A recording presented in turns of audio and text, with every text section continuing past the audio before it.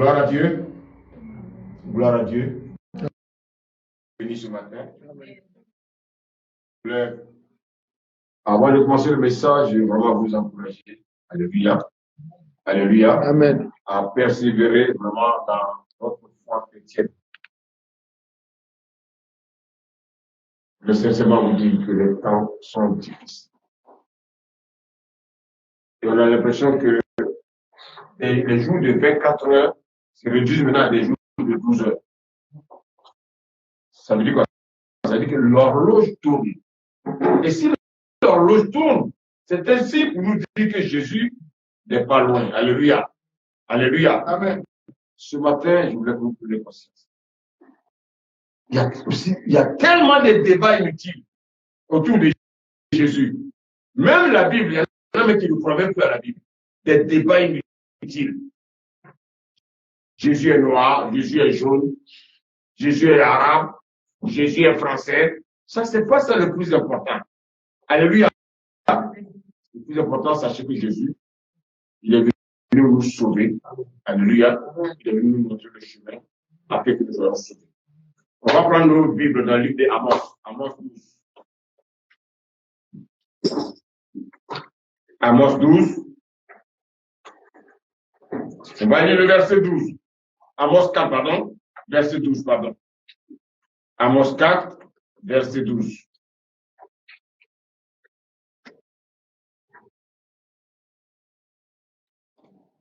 Rapidement, quelqu'un va dire. Amen. C'est pourquoi je te traiterai de la même manière qu'Israël, et puisque je te traiterai de la même manière, prépare-toi à rencontrer ton Dieu Israël. Amos 4, verset 12. Continue. En effet, c'est lui qui a formé les montagnes et créé le vent. Reprends le verset 12, s'il te plaît. C'est pourquoi je te traiterai de la même manière qu'Israël, et puisque je te traiterai de la même manière, prépare-toi à rencontrer ton Dieu Israël. Prépare-toi à rencontrer ton Dieu Israël. Ce matin, je vais simplement te dire aussi comment toi tu as rencontré ton Dieu. Alléluia. Alléluia. Vous savez, quand vous écoutez certaines personnes, elles se disent, je vais à l'église. Bon, c'est un thème qu'on accepte tous, mais normalement on ne va pas à l'église, mais on fait quoi? On rejoint l'église, parce que l'église, c'est les frères et sœurs.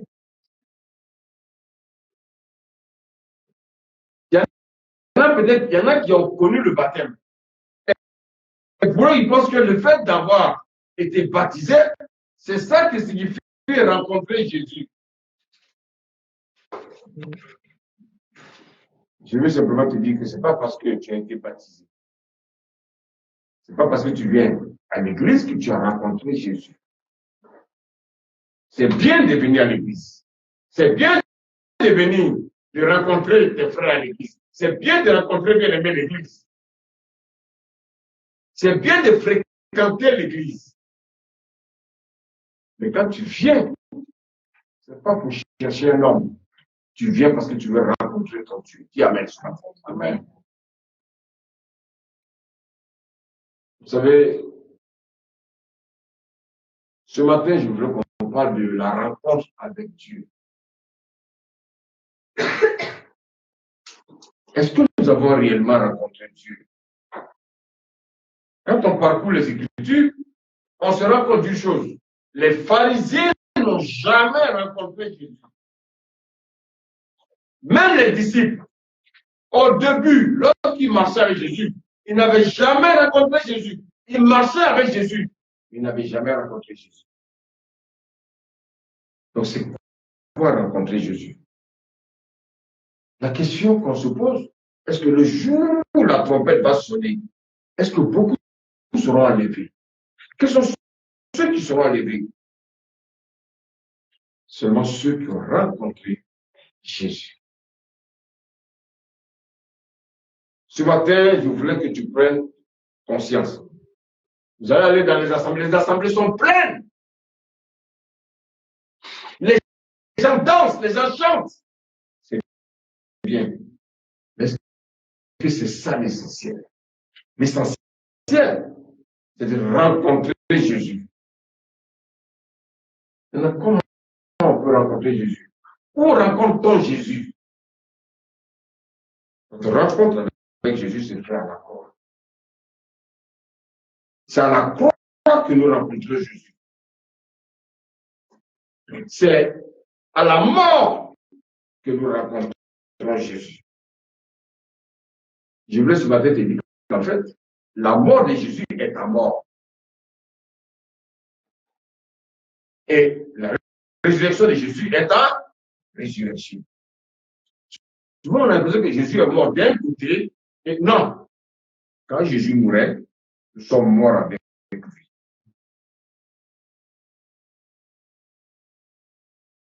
C'est à la croix que nous sommes transformés. Le jeûne et la prière ne transforment personne. Le jeûne et la prière, ils ont leur rôle. Alléluia. Mais il faut savoir que la mort de Jésus, c'est ta mort. Maintenant, qu'est-ce qui s'est passé lorsque tu as rencontré Jésus? Vous avez tant que vous n'avez pas cette révélation de la rencontre avec Jésus, vous allez patauger. Bien-aimés, les temps sont mauvais. Bientôt la trompette va sonner. Il y avait du dé en un clin d'œil. Quand on dit en un clin d'œil, essayez de clignoter votre œil comme ça. On dit en un clin d'œil. En un clin d'œil, l'enlèvement va se faire. Je me pose la question, est-ce que ça va se faire? Est-ce que ça vaut une seconde? On dit en un clin d'œil. Alléluia. Alléluia. Amen. Voici pourquoi, en tant que chrétien, nous devons savoir ce qui s'est passé à la croix. Qu'est-ce qui s'est passé à la croix? J'ai dit ce matin que beaucoup n'ont pas rencontré Dieu. Et le Dieu dont je parle, il n'y a pas de Dieu. Le seul Dieu, c'est Jésus. À part Jésus, les autres sont des démons. Jésus est le seul Dieu que nous devons adorer. Qu'est-ce qui s'est passé à la croix? Prenons Romains 6. Romains 6, verset 6. Romains 6, verset 6. Vous savez, je vous encourage à lire tout le livre de Romains. Ça va vous booster dans votre marche chrétienne. Regardez ce que nous dit Romains 6, verset 6. Écoutons.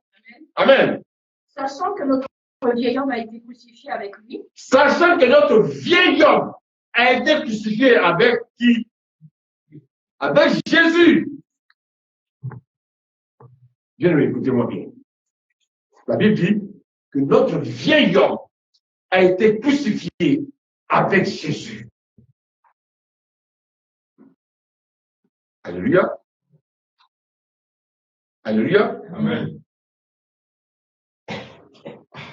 Mais si mon vieil homme a été crucifié, c'était pour un but. Tu peux lire la suite, s'il te plaît? Afin que le corps du péché fût détruit. Afin que le corps du péché fût détruit. Regardez, je donne un exemple. Vous avez un arbre. Un arbre qui produit des fruits dans votre cour. Et chaque fois que vos enfants mangent les fruits, alléluia, amen. Alléluia, amen. Ils sont malades. Qu'est-ce que vous faites de cet arbre? Est-ce que vous allez couper les branches? Est-ce que vous allez enlever tous les fruits? Mais qu'est-ce que vous allez faire? Vous allez déraciner cet arbre. C'est ce que le Seigneur Jésus a fait à la croix. Il a crucifié le vieil homme. Pourquoi? Parce que c'est le vieil homme qui nous poussait à faire quoi? Qui nous poussait à faire quoi? À pécher. Donc, il a détruit le vieil homme. il a crucifié le vieil homme. Le vieil homme qui est à la base, bien aimé, de nos péchés. Le vieil homme qui nous pousse à pécher. Amen. Maintenant, regardez. Beaucoup disent parce qu'ils sont devenus chrétiens, ils peuvent vivre la vie qu'ils veulent. Ils peuvent continuer à pécher. Mais regardez la réponse du Seigneur. Disons le verset 2. Regardez. Oui. De Romains 6. Pour que nous ne soyons plus esclaves du péché. Romains 6, verset 2. Loin de là. Loin de là. C'est pas parce que je suis devenu chrétien. C'est pas parce que le Seigneur me dit que le vieil homme a été justifié que je vais me plaire à commettre le péché. Loin de là. Continue, j'avance. Nous qui sommes morts au péché. Pour quelqu'un qui est mort au péché, peut encore vivre dans le péché. Nous qui sommes morts au péché, oui. Comment vivrions-nous encore dans le péché? Et ça, beaucoup raisonnent. Beaucoup raisonnent. Comment quelqu'un qui est mort au péché peut encore vivre dans le péché? Ah non, Dieu est amour. Oui, mais c'est à cause de son amour qu'il est venu mourir avec toi à la croix. Son amour, c'est pas pour que tu vives la vie que tu veux. Son amour, c'est pour que tu t'éloignes de toute forme de péché.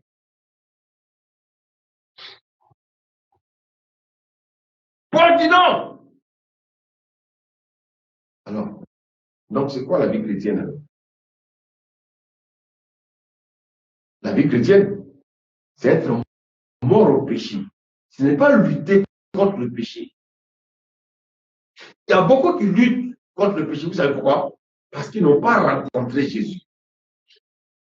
Quand on rencontre Jésus, on ne peut pas lutter contre le péché. Quand on rencontre Jésus, on est mort. On est mort au péché. C'est un message sur lequel je vais revenir un jour. Mais là, je vous amène quelque part. Lisons le verset 11, regardez. Toujours de Romains 6. Ainsi vous-même. Ah, continue. Regardez-vous comme mort au péché. Ah, dites-moi, si je me regarde comme mort au péché, comment je peux encore pratiquer le péché? Il dit, ainsi vous-même. Donc, le Seigneur nous demande de prendre responsabilité. Il dit, toi-même, regarde-toi. Tu es mort au péché. Ce message-là, c'est pas tous les églises qui les prêchent. Non. Vous voulez une église pleine. Ne prêchez pas ces choses. Si vous voulez des vrais chrétiens, prêchez ces choses-là. Dites Amen ce matin. Amen. Alléluia. Amen. Ainsi vous-même, regardez-vous comme mort au péché. Continue. Et comme vivant pour Dieu en Jésus-Christ. Comme vivant Dieu en Jésus-Christ. Regarde. C'est-à-dire par rapport au péché, tu es mort. Est-ce que je me fais comprendre? Est-ce que je me fais comprendre? Mais pourquoi tu vis? Tu es vivant pour Dieu. Regardez ce qu'il nous dit au verset 12. Que le péché ne règne donc point dans votre corps mortel. Bon. Que le péché ne règne point dans votre corps mortel.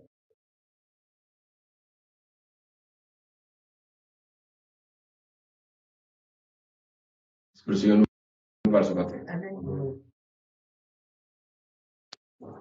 Écoutez-moi bien. Vous ne voulez pas que le péché règne dans mon corps mortel? Qu'est-ce que le Seigneur me demande? Dis la suite. Et n'obéissez pas à ses convoitises. Très bien. Le problème, ce n'est pas le péché. Le problème, c'est la convoitise. Les hommes aiment convoiter. Et chaque fois que tu vas convoiter, le péché n'est pas loin.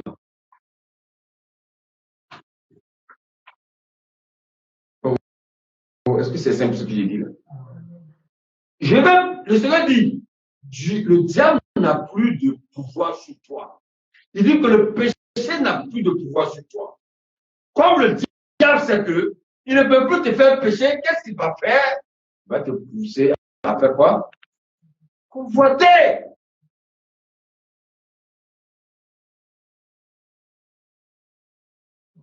Oh, quelqu'un me suit? Amen. Pourquoi les gens pêchent? Parce que les gens sont remplis de convoitise.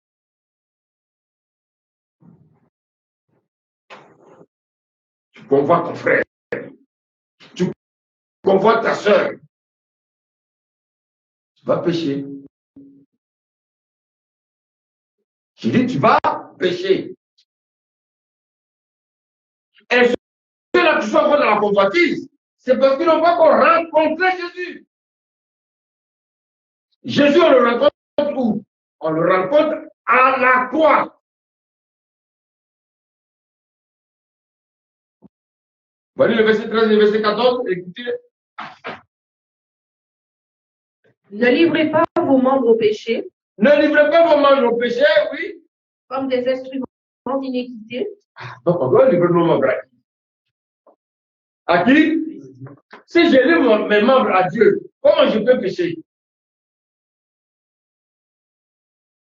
Est-ce que je peux comprendre ce matin? Je dis, si je livre mes membres à Dieu, comment je peux pécher? Mais si je livre mes membres, alléluia, comme des instruments d'unité, bien aimé, moi-même je verrai la conséquence.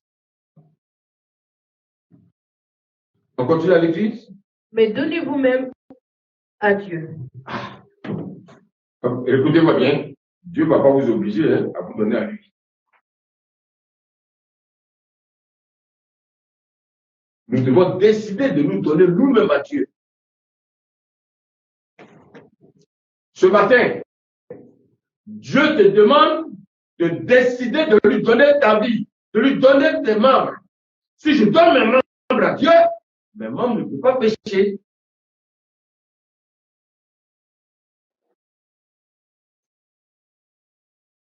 Alléluia. Le Seigneur me souhaite, je prêcherai un jour, comme vous comprenez, le vieil homme et la chair. Je dis le vieil homme et la chair. Aujourd'hui, je ne suis pas là.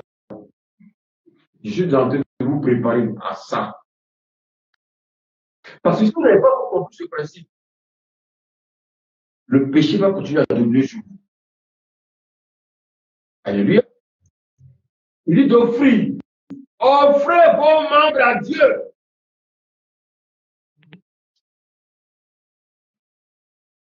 Si j'offre mes membres à Dieu, comment mes membres peuvent commettre encore le péché? Alléluia. Amen. Regardez ce que nous dit au verset 14. Car le péché n'aura point de pouvoir sur vous. Le péché n'aura plus de pouvoir sur nous. Continue. Puisque vous êtes non sous la loi, mais sous la grâce. Il a dit qu'il y a deux éléments. Nous ne sommes plus sous la loi, mais nous sommes maintenant sous la grâce. Qu'est-ce que cela signifie? Pourquoi il a utilisé ici ces deux termes? Parce que la loi, quel est le principe de la loi? Très bien. Donc en fait, la loi, quand je parle de la loi, c'est moi qui dois faire. La loi, c'est toi qui dois faire. Alléluia. Alors que la grâce, Dieu a déjà fait. Il te demande simplement de faire quoi? D'obéir.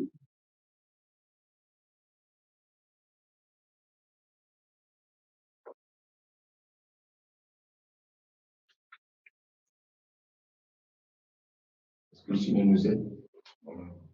Est-ce que le Seigneur nous aide? Vous savez quel est le problème de l'Église? Le problème de l'Église, on prend 1 Corinthiens 2, verset 2.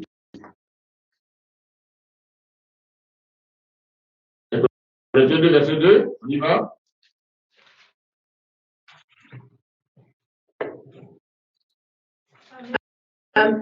Amen, oui, on y va. Car j'avais décidé de me connaître en aimant la voix de Jésus-Christ et Jésus-Christ est crucifié. Très bien. Vous savez, il y en a qui connaissent des Jésus.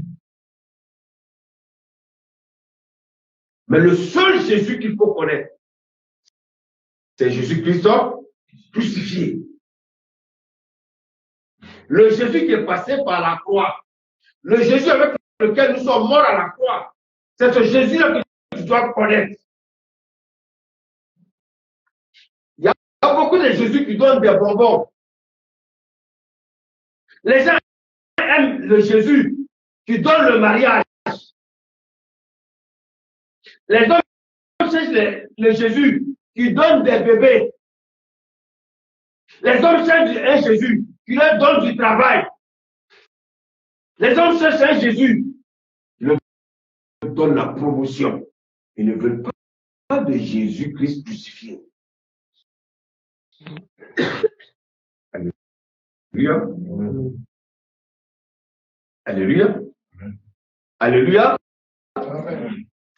Aujourd'hui, quand on entend parler de Jésus, c'est le Jésus qui guérit, c'est le Jésus qui multiplie le pain, c'est le Jésus qui fait des miracles. On ne veut pas de ce Jésus crucifié. Quel est le Jésus que toi tu veux? Le Jésus qui te donne des bonbons. Oh, les bonbons donnent la carie dentaire. Ce Jésus-là, ce Jésus-là, ce Jésus-là, c'est pas le véritable. Le véritable Jésus, c'est le Jésus qui est crucifié. Est-ce que je me fais comprendre ce matin? Amen. L'Église a un seul message à prêcher. Pas deux messages, un seul message. Si nous voulons rencontrer Jésus, il y a un seul message qui peut nous permettre de rencontrer Jésus. 1 Corinthiens 1, verset 18. On va lire. Lisons à partir du verset 17, s'il vous plaît. 1 Corinthiens 1. Oui. Amen. Amen. Ce n'est pas pour baptiser que Christ m'a envoyé. Donc, Paul n'est pas venu pour faire bien la compétition. Aujourd'hui, les églises sont dans des compétitions. Qui a plus d'âmes, qui a plus de micros, qui a plus de chants, qui a plus d'églises. Ça, c'est pas ça qui intéresse Dieu. Quel est le public qui baptise plus que lui? Quel est le pasteur qui baptise plus? Quel est celui frère? Ça, c'est pas important. Le baptême, là, écoutez-moi bien, le baptême est certes important. Le baptême, c'est un grand engagement. Mais c'est pas le baptême qui sauve quelqu'un. Ce qui va te sauver. Je dis ce qui va te sauver, c'est la rencontre avec Jésus. Il y a rien de ça. Amen. Amen. J'ai dit ce qui va te sauver, c'est ta rencontre avec Jésus. Et lequel Jésus? Jésus-Christ crucifié.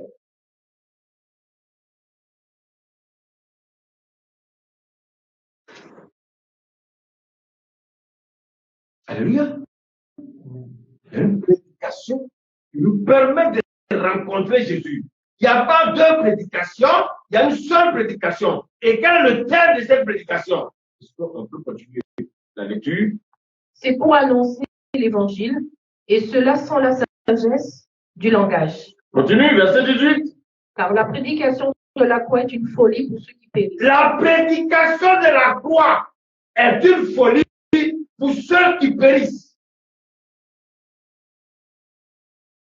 Toi qui veux ce matin, quel est l'évangile que tu as écouté pour venir à Christ? L'évangile bonbon, l'évangile qui donne des bénédictions, l'évangile qui donne bien aimé du travail, l'évangile qui donne la promotion, l'évangile qui te permet de tomber enceinte, ou bien quel est l'évangile que tu as entendu? Quel est l'évangile que tu as entendu?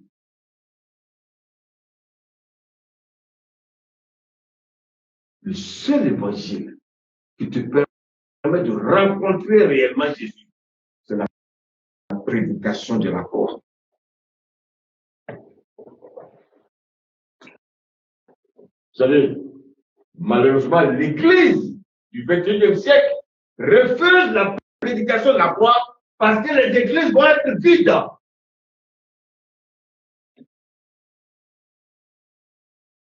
Oh, je me fais comprendre ce matin? Est-ce que je me fais comprendre ce matin? L'Église veut recevoir des choses. On veut des messages qui nous font du bien. On veut des messages, bien aimés, où quand on va, c'est comme si on est au théâtre, on va, on rit, et puis on sort. Dimanche prochain, on vient, on rit. Non! Normalement, un vrai chrétien, quand il vient à l'église, c'est dimanche, quand il rentre chez lui, c'est un pleur. Parce qu'on a dévoilé sa vie de culture.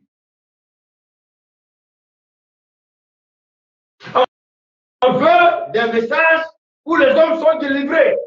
On veut des messages où on dit aux gens, oh, tu vas voyager. On veut des messages où on dit aux gens, oh, j'ai vu ton mari. Ouais. Est-ce que vous pouvez me marier? J'ai besoin d'un prophète de mes côtés. Alléluia. Quand tu prêches la croix, ton église va se vider. Et donc les gens ne veulent pas que l'église se vide. Qu'est-ce qu'ils font? Ils veulent prêcher les bonbons.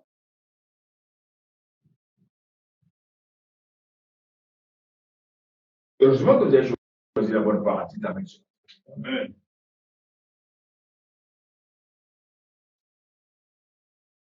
Alléluia. Amen. J'ai entendu un pasteur qui me disait, ah, mais l'église va bien. Je dis, comment ça? Il dit, oui, mais je suis en train d'ouvrir une troisième église. Ah, les hommes viennent. Oh, ça fait beaucoup d'entrées d'argent.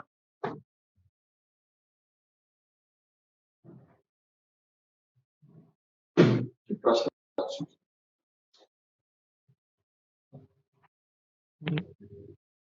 Ça, ce sont des aventuriers. Un aventurier, c'est celui qui fuit le message de la croix. Vous savez, les vrais pasteurs, ils sont plus nombreux. Hein? Les véritables, ils sont plus nombreux.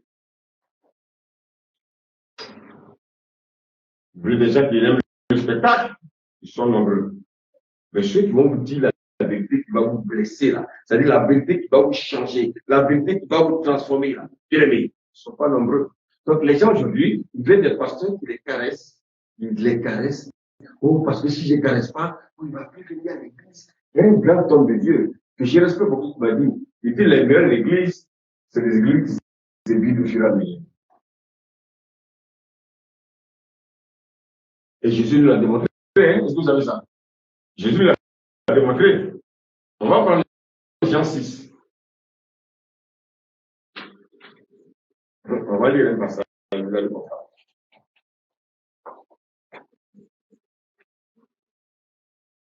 Jean 6.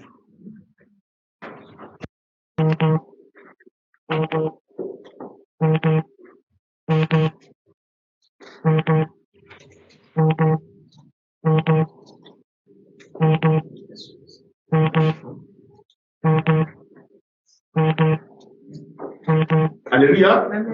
On va lire à partir du premier verset. Lisons ensemble. Hein? Suivant. Jean 6, à partir du premier verset. Amen. Amen. Jean 6, à partir du premier verset. Après cela, Jésus s'en alla de l'autre côté de la mer de Galilée de Tibériade. Une grande foule. Une quoi? Une grande foule. Une quoi? Une grande foule. Ok. Donc, il y a des églises où il y a des foules. Est-ce que quelqu'un me suit là? Oui. Le Seigneur vient chercher les foules. Il vient chercher quoi? Il vient chercher quoi? Il est venu faire quoi? Il est venu faire quoi? Des disciples. Le Seigneur n'est pas dans la foule. Aujourd'hui, les églises sont des foules. Continue. Une grande foule le suivait parce qu'elle voyait les miracles qu'il opérait sur les Donc, Jésus opérait des miracles. Alléluia. Les gens le suivaient. Il faisait quoi encore? On continue. Jésus monta sur la montagne et là, il s'assit avec ses disciples. Or, la Pâque était proche et la fête des Juifs. Ayant levé les yeux et voyant qu'une grande foule venait à lui, Jésus dit à Philippe, où acheterons-nous des pains pour que ces gens aient à manger? Donc, vous voyez qu'en fait, les hommes suivaient Jésus parce qu'ils avaient à quoi? Ils avaient de quoi faire quoi? Ils avaient de quoi manger gratuitement. Les gens suivaient Jésus parce qu'il y avait des guérisons. Les gens suivaient Jésus parce que, bien aimé, Jésus multipliait le pain. Les gens suivaient Jésus parce que Jésus leur permettait d'avoir du travail. Jésus permettait, bien aimé, qu'ils aient les bonbons.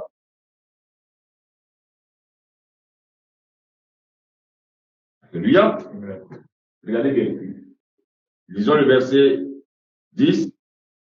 Jésus dit, faites-les asseoir. Il y avait dans ce lieu beaucoup d'herbes.